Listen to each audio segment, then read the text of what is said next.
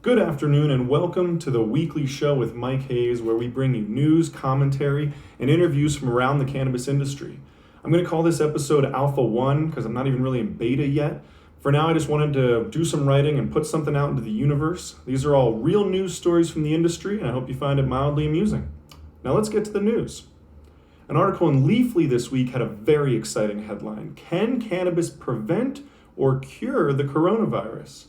Now, I don't want to ruin any surprises if you were planning to read this article, but no, it can't do that.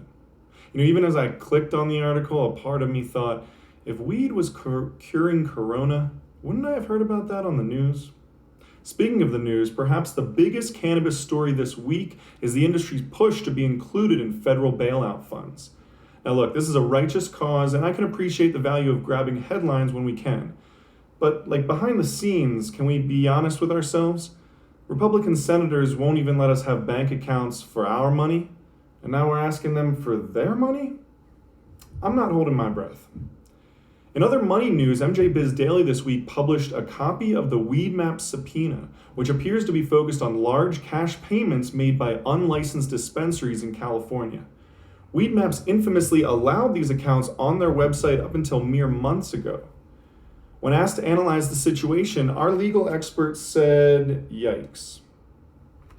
Also at MJ Biz Daily this week, a Florida man raised millions of dollars with a pitch to invest in Colorado dispensaries. But instead he spent most of the money on luxury cars, cryptocurrencies, and of course strip clubs in Tampa. He settled with the SEC to return some money while not admitting any wrongdoing.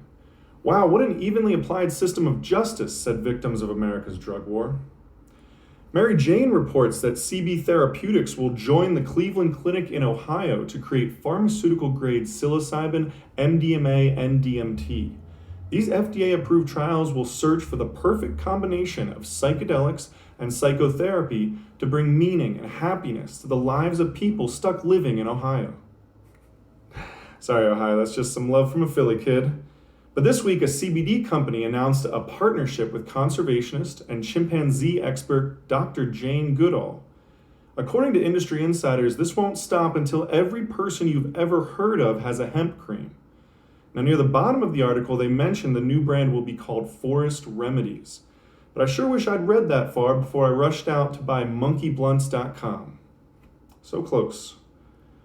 In local hippie news, Sancho's Broken Arrow, Cap Hill's Grateful Dead bar, was accused by neighbors of running a speakeasy during this lockdown. Police said they could hear music playing, but no one would answer the door. Now that is a classic dorm room strategy. Well played, Sancho's.